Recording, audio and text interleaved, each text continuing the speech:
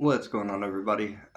So sorry again for sidetracking on all the science stuff right now, but until I get all of this resolved, this is basically what I have to focus on. I know that some people were following the channel over all of that, obviously, and I hadn't done a video in a while, and people were wondering what's going on, so that was the reason why I put out the last video. Today I'm going to get into a little bit, and it shouldn't be too long of a video, but a little bit on the importance of diagnosis as a child when it comes to all this stuff, and the reason why all of this toxic chemical stuff is as screwed up as it is for as many people as it is. Just a little bit on my health history, how I got here, like this, the quickest version that I can give you, and all of the complications that arise from this stuff, and why. I mean, I cannot stress enough, it is important to get the diagnosis early. It is important if you think your kid is sick and one of the victims of a toxic chemical exposure case, that you get them to a doctor and start getting diagnoses. It doesn't matter. Get it done. If it's plausible, if it's actually a likely thing, you need to have it investigated. So I ended up as a kid clueless to any of this stuff. Nobody said a word to my dad and told him what he might be getting into with me. He was the veteran. He was the one on the military base. I was born there. I was in the womb for 9 months. I was on the base for months after that, after I was out of the womb. I was constantly exposed to the water there, either in utero or with my bottles being made with the water there. So I started off just exposed relentlessly to this stuff. And I ended up catching, at random, my parents presumed, a rare childhood sickness called HIB, hemoinfluenza cellulitis type B. It's just HIB for short, HIB, if you want to look it up and research it. But so I caught this in 1987. Originally, they told my parents I had an ear infection, sent me home with antibiotics. My mom thought I was having a bad reaction to the antibiotics because my face started swelling. They took me back to the military-based doctors, and they told them, well, he's got HIB. You know, he has HIB. And so next thing you know, they're doing a spinal tap. They said that had my parents waited 24 hours, I was dead. Period. Had they waited another day, I was dead. So that's how I started off life. That sick, that effed up. This isn't stuff you talk about growing up with everybody. And so eventually, I ended up later down the road.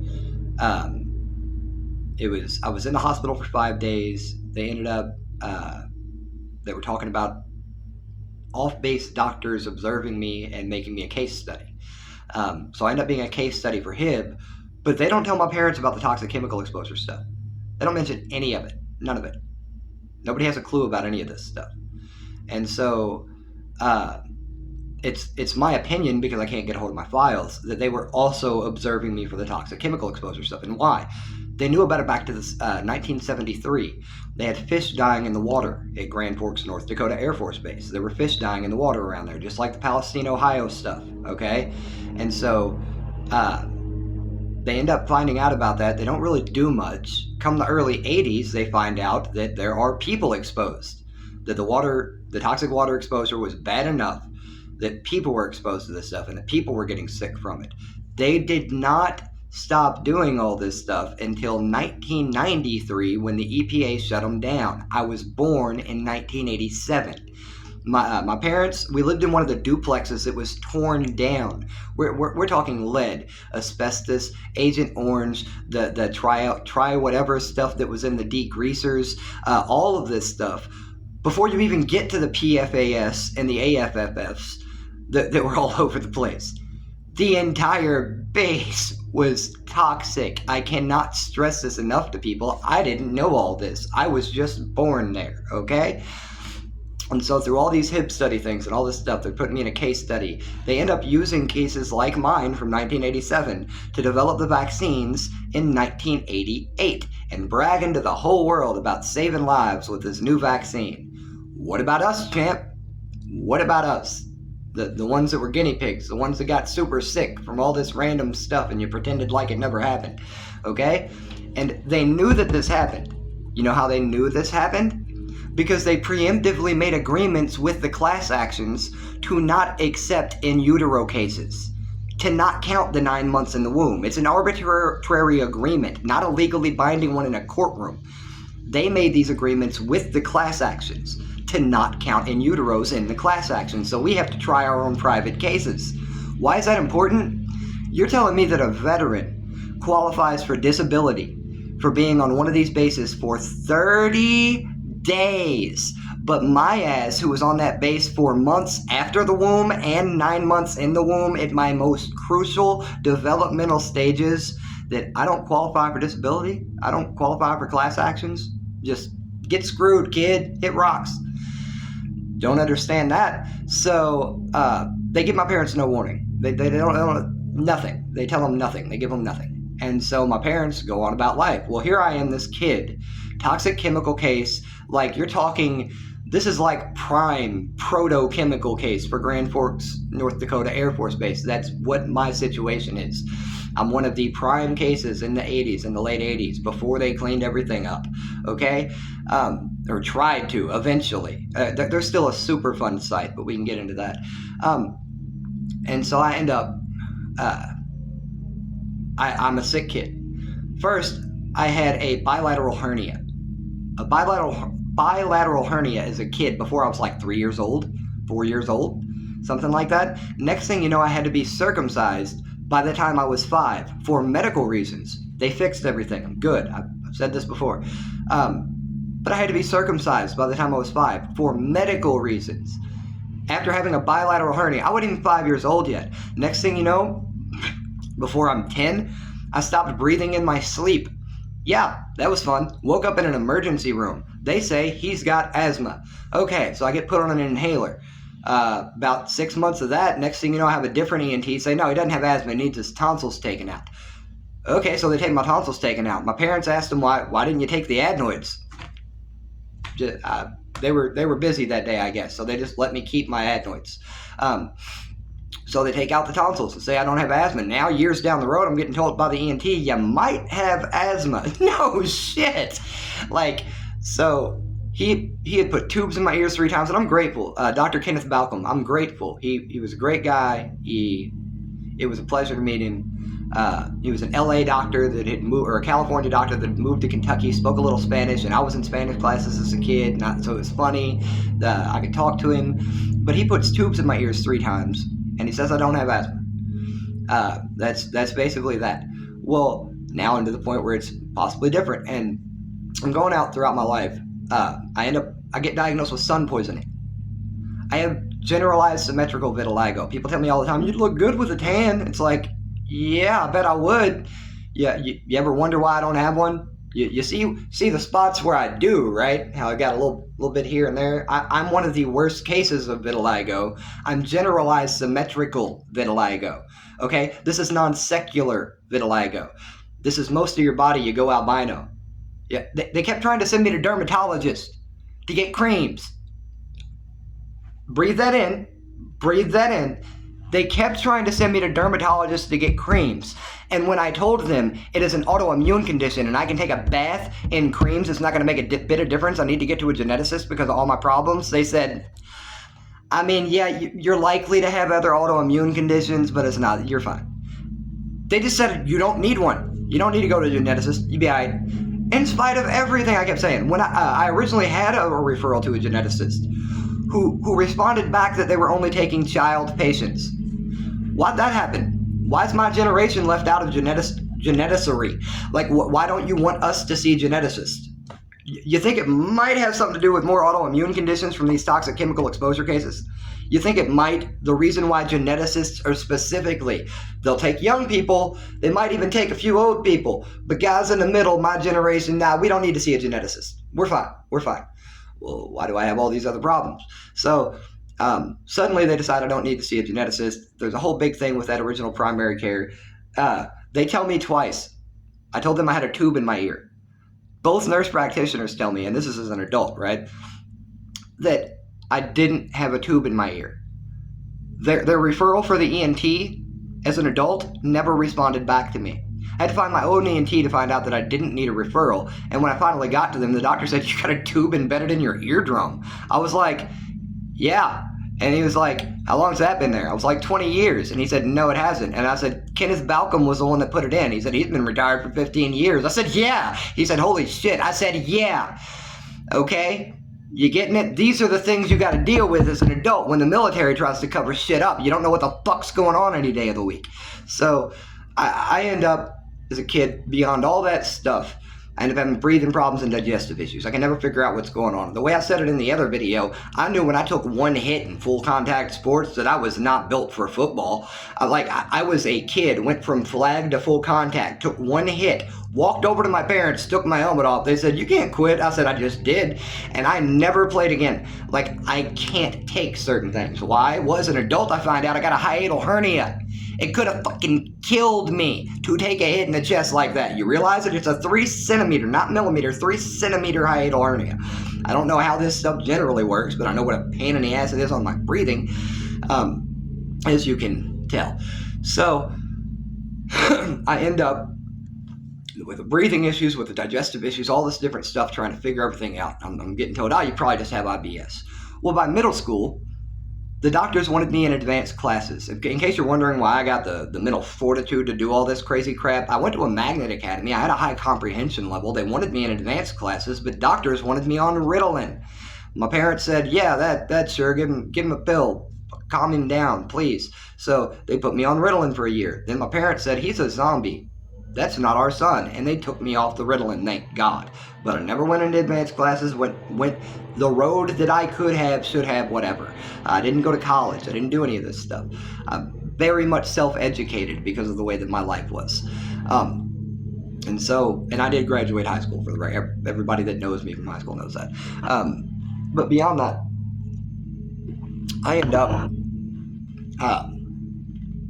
I get diagnosed with that on the Ritalin, finally off the Ritalin, still having breathing issues also. Nobody ever had me get tested for allergies.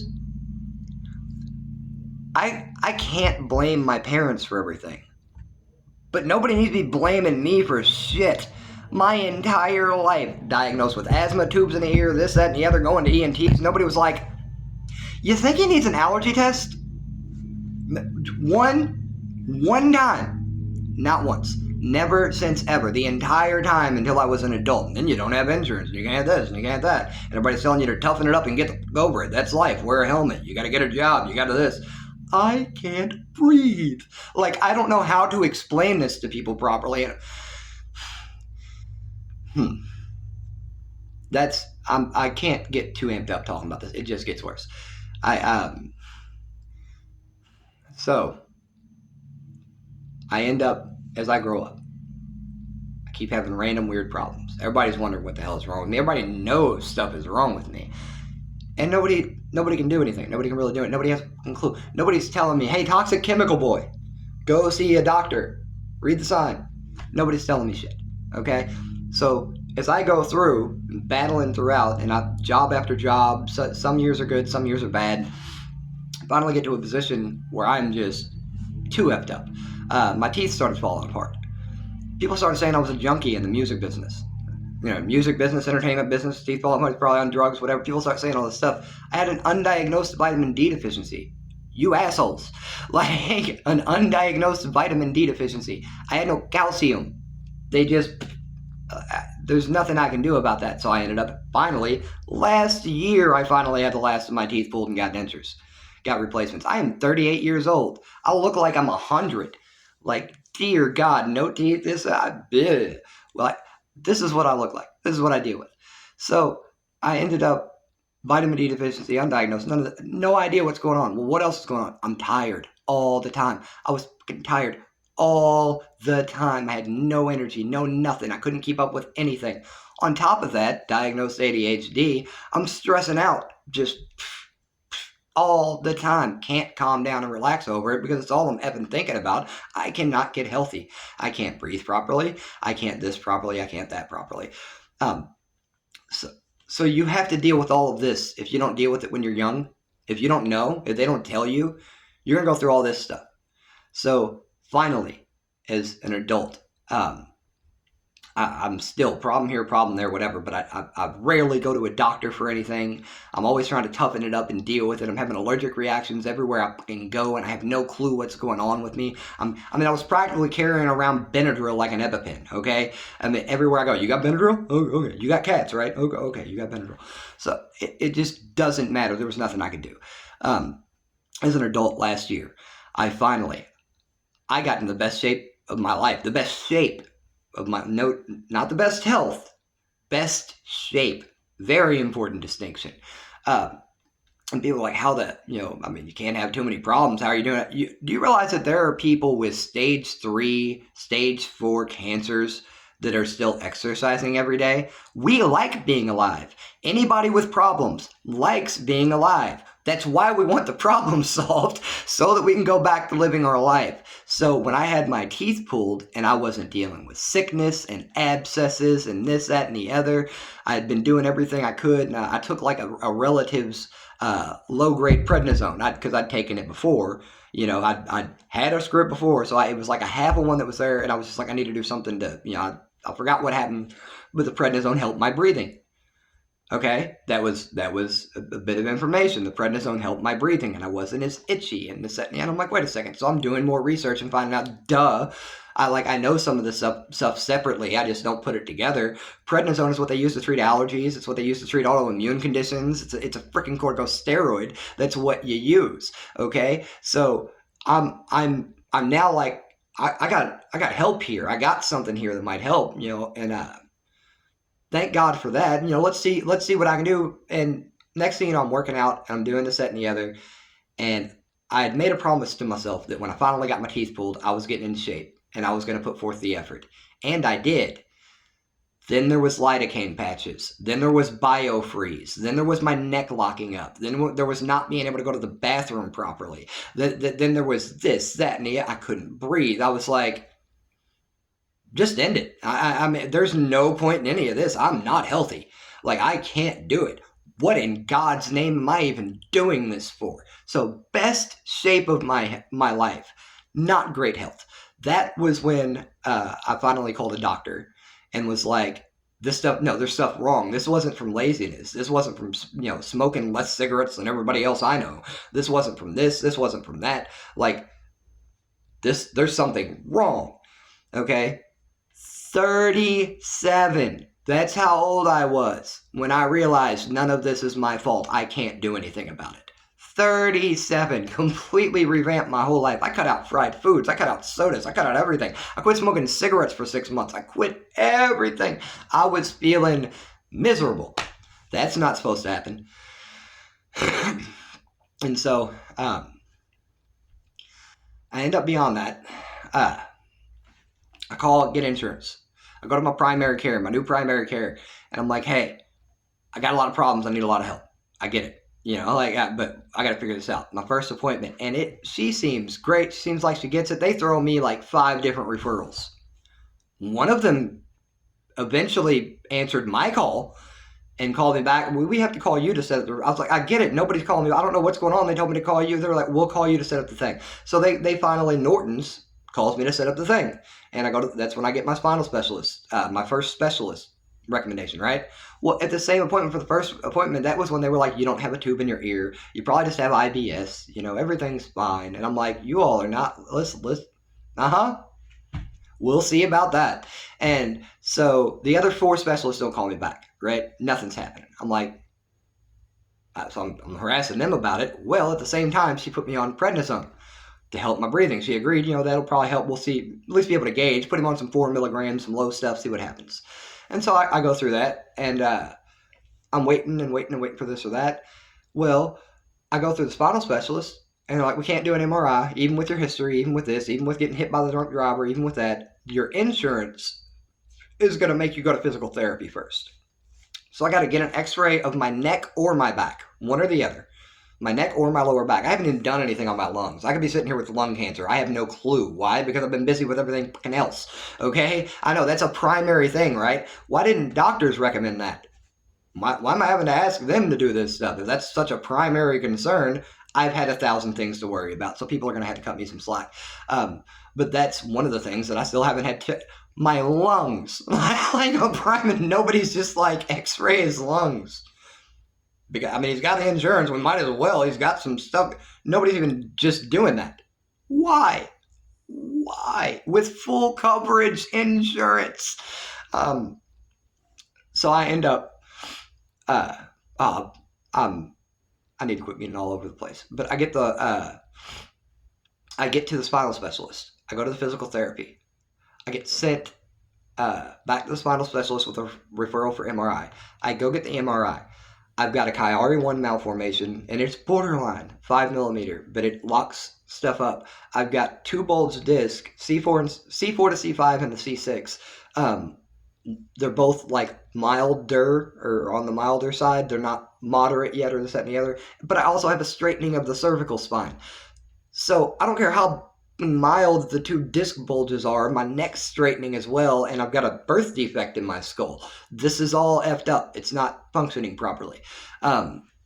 So I wasn't wrong about that. I needed to get the MRI, and lo and behold, I'm talking to the doctors again. I have 3 months before my first appointment and my follow-up after I'm supposed to go see all these specialists. I'm like, hey, what the hell's going on? And I'm getting agitated with them, and I'm calling back, and I'm like, I don't know what's going on with this. I need to get this figured out. I don't think they're hearing me on the autoimmune condition stuff. The geneticist rejected me. That was when they finally responded and told me, you're too old, basically.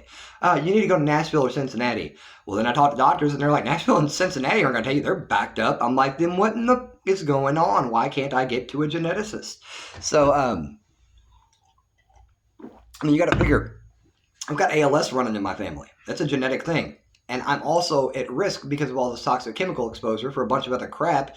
And I have all the symptoms and all the diagnosis for all these other stuff. There's things they should do. There's things they could do. Had they acknowledged this when I was a kid, I could have had some of this sorted out. I could have got my disability sorted out. I could have got all this stuff done before I was ever an adult.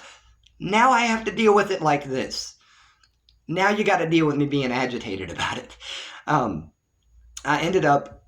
I go back, I'd called her. Deborah Taylor's out sick. That was my nurse practitioner. She's out sick. I asked her, like, hey, we're messing back and forth, and I was trying to figure stuff out, and I couldn't even figure out how to use the system. I hadn't had insurance in years. Everything's frustrating. I felt like a 100-year-old person trying to use new technology just because I hadn't ever messed with it.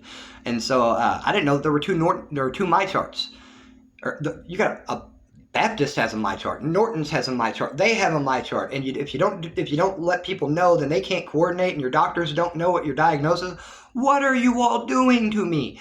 So I end up, I'm agitated and freaked out. I didn't know this at the time. Part of this was due to the prednisone. I was reacting badly to the prednisone, and it had me amped up and stuff and anxiety, and I didn't know what was going on. So when I'm messaging her, I tell her, hey, prednisone was helping my breathing. It was helping my itchiness. I'll trust your judgment on that, but I don't know about this. And until I go to pain management, can you go ahead and put me on the script, since we got this out of the other with the MRI, and everything's seeming like it's getting sorted out. But she can't be there for my next appointment. I can't get the other specialist to call me back. They're saying to give up on the geneticist. I've got to call and get my own ENT. I got to call and get my own this. I'm just like, what in the hell is going on here?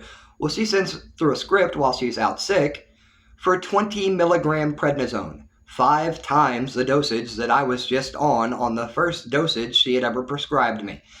I ended up in steroid psychosis after 3 days, guys. I'm talking shaken, freaked out, gone, like not a clue what was going on, calling the nurse's hotline, having somebody take me to the emergency room at 3 o'clock in the morning to have everybody, the attending, the on-call, everybody look at me and go, dude, you are so not a... This is definitely from the prednisone. You just chill.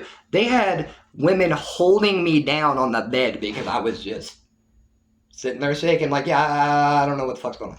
So they had to sit there and hold me down while they're doing the heart stuff to try to figure out, like, yeah, you're good. It's all. And the attending, she's talking to me, and she tells me what happened. She goes, wait.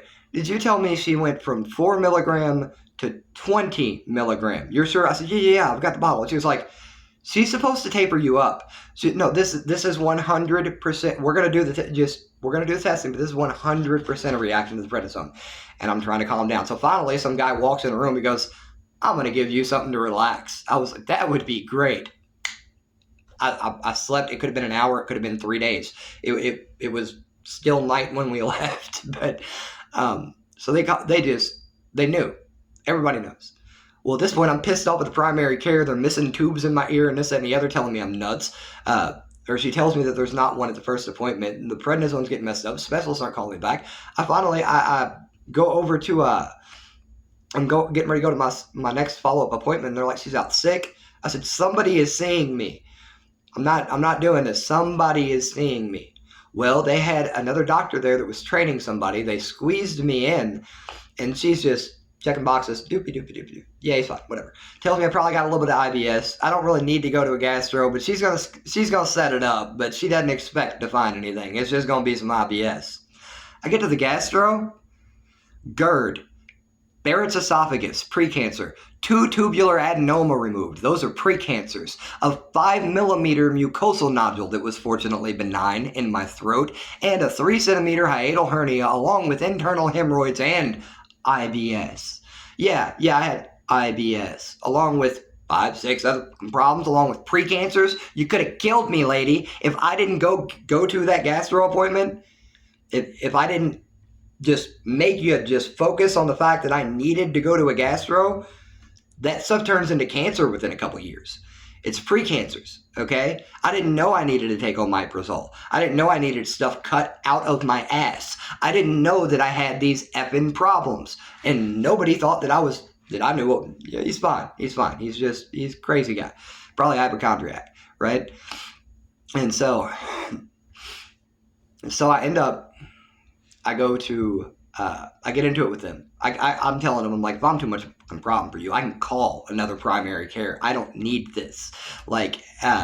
So in the middle of telling them that I'm about to drop them, they decide to drop me. Tell me, you got to find another doctor now. You got 30 days. I was like, we just had this. It's like a girlfriend trying to break up with you after you just broke up with her. Is it really? Oh, okay. Just shoot. So I end up going to Norton's. Choose Norton's over Baptist every time. U of L Baptist sucks. Choose Norton's over Baptist every time. I didn't even go to there until I went to pain management. That office is a drug den. It's just a drug dealing junkie. That's what that office does. You are not a patient there. You're there to do a little dance and get your drugs. Like, you're going to do what we said. You're going to, they were trying to put me on Cymbalta, make me do neck injections, this, that, and the other. I'm like, my primary care didn't have a license. When I switched primary care, she didn't have a license. I didn't need any of this other drama, and I got sucked into it. And so I literally, as of yesterday, just dropped pain management. I said I'd rather be in pain than put up with the way that they treat me. Yeah, that's me today, agitated. So from gastro to this or that, I'll leave them, I go to the next one, and I called my own ENT. They said, you don't need a referral, just come on. So I went. Next thing you know, I've got reverse pressure issues. Everything in here is clogged up from the tubes. I had a tube embedded in my eardrum that they had to remove after 20 years, previously addressed. And I'm allergic to god-awful everything. Horses, cats. I'm in Kentucky, I'm allergic to horses. Not fair, but I'm allergic to cats. I've got all this other freaking crap going on. I mean, it's literally molds, indoor, outdoor, vegetables, fruits, this, that, and the other different thing. The molds associated with this, the bacteria associated with just anything you can think of. Yeah, sure, he's probably got some kind of an allergy to it. On top of that, I'm allergic to amoxicillin. On top of that, I'm allergic to dairy. On top of that, for no good reason, separate side note, I got bit by a tick in 2019, so now I have alpha-gal syndrome. I'm allergic to all mammal-based products. That one's fun. I have a cheeseburger once a year and I choke down Benadryl. That's basically where we're at with this. So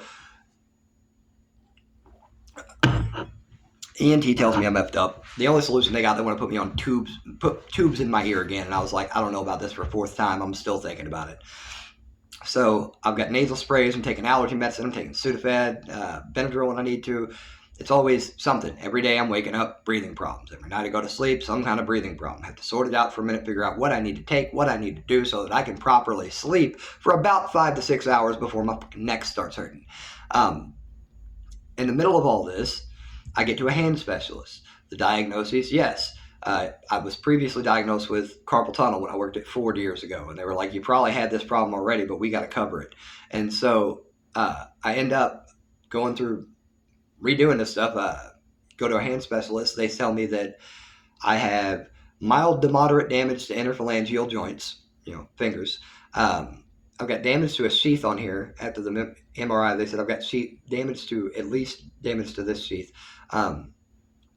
And that because rheumatoid was able to rule out rheumatoid arthritis, we presumed that I already had arthritis, just trying to figure out what kind.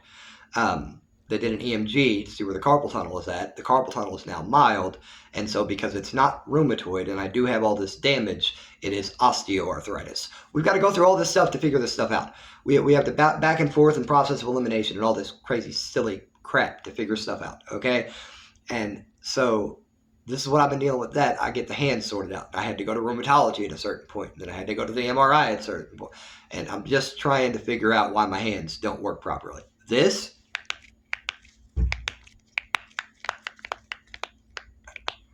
yes, it does hurt after a minute. And it doesn't stop ever.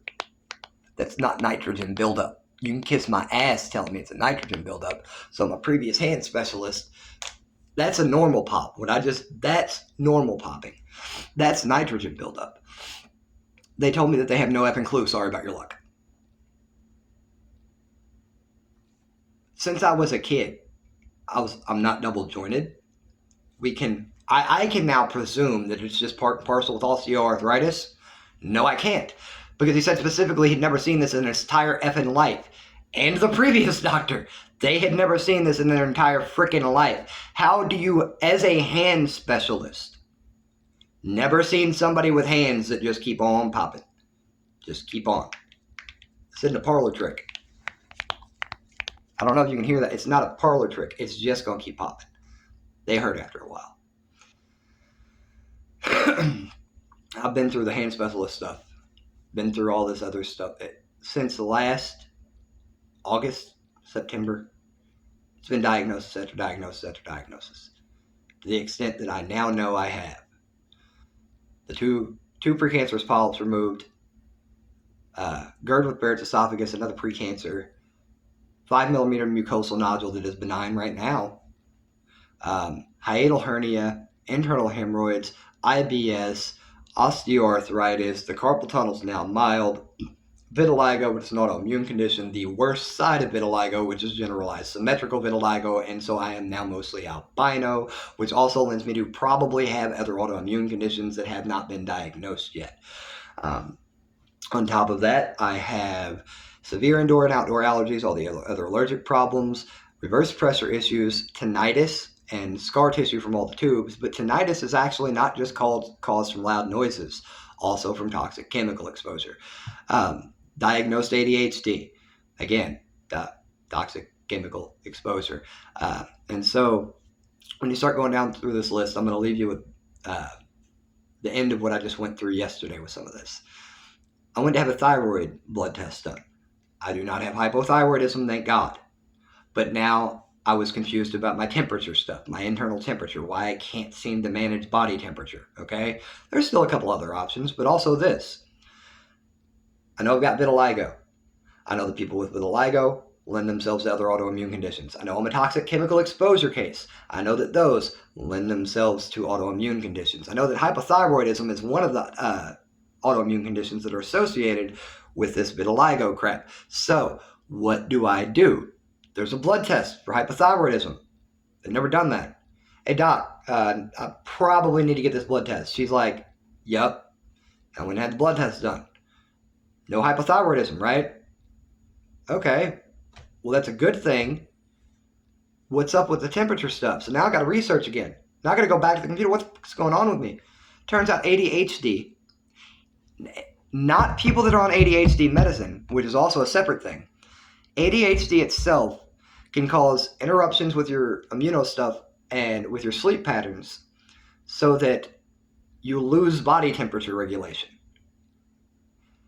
ADHD causes me to lose body temperature regulation. I didn't know that. Okay? I don't even know how to react to some of the things that I'm finding out about myself.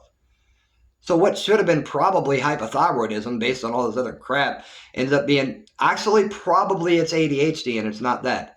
But also, again, because we're not done, also they have a B12 deficiency thing, right? I've never had a B12 test done. Had a vitamin D test done, never had a B12 test done. So I can sit here and presume that ADHD is causing my body temperature regulation now because we've ruled out hypothyroidism. But I actually can't because there's another thing that could be causing this that is another autoimmune problem directly related to people with vitiligo. So there's literally something else still on the table. I can't rule them out fast enough. I'm trying to figure this all out.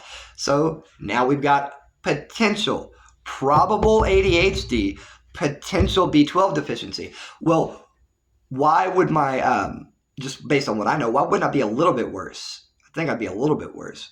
I take B12 every day by choice. 500 micrograms of B12 every day by choice because my dad had tons and then there were more and then I just, it's good for you. It's a vitamin. That's vitamin B12 every day. I never had the test done. For all I know, I have a vitamin B12 deficiency. For all I know, I'm supposed to get more of it. But you know what? Your body can only process so much of it. So I found something else out, that if I do have a vitamin B12 deficiency, what they actually have to do is, if it's bad enough, is inject you in your muscles and such to bring your levels up. And then you can maintain it with B12 pills. I could be maintaining some low, pathetic baseline that's enough to get by because I don't know I actually have a deficiency and I've never actually brought up my levels. I know I'm still exhausted all the time. I know that I have these other problems. So this is all what you deal with. This is what I'm dealing with every day. I have to research all this. If I was not me, y'all better be grateful that I'm me. Like, I'm grateful that I'm me right now. Because I don't know many people that do the kind of research I do. I don't know many people that put forth the effort that I do into knowing what in the hell is actually going on. That's all I ever care about. Truth, honesty, be a vessel for the light. That is it. I don't know why it's so hard for the military to understand that. I don't know why it's so hard for the government to understand that. When you're dealing with veterans' kids, you tell the truth so that they don't have to go through what the hell I am dealing with right now. So, pre-cancers, this, that, and the other, maybe some little problems here, some little it's too much. There's too many things, and now it's all overlapping and intertangled and intertwined, and I got to pull this stuff apart and read this and read that to figure out what is wrong with me.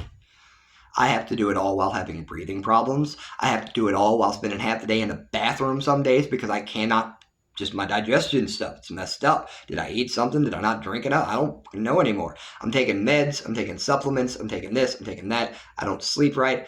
I have to do all of this like this. It's not easy to do. I have a lot of free time. I'm also very broke.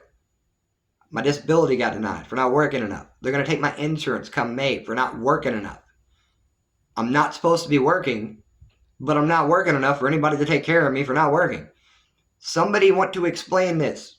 How anybody got away. The military, the government, who's doing what here?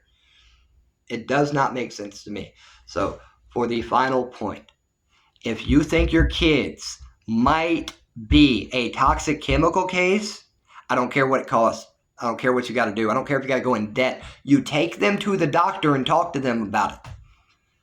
Otherwise, 20, 30, 40 years later, they're going to find out that they've been dealing with shit their entire life that they had no clue was directly related. You will end up like this. You don't want to be like this. Promise you don't want to be like this. So, best of luck. I'm going to keep giving you all the information I can. I'm still working on things. I have not found an attorney. I'm slowly sorting some things out and talking to people, but I have no idea how I'm going to pursue exactly yet, other than to keep putting out the information. So thank you guys. It's been much longer than I originally anticipated. Enjoy your day, and I will talk to you soon. Peace.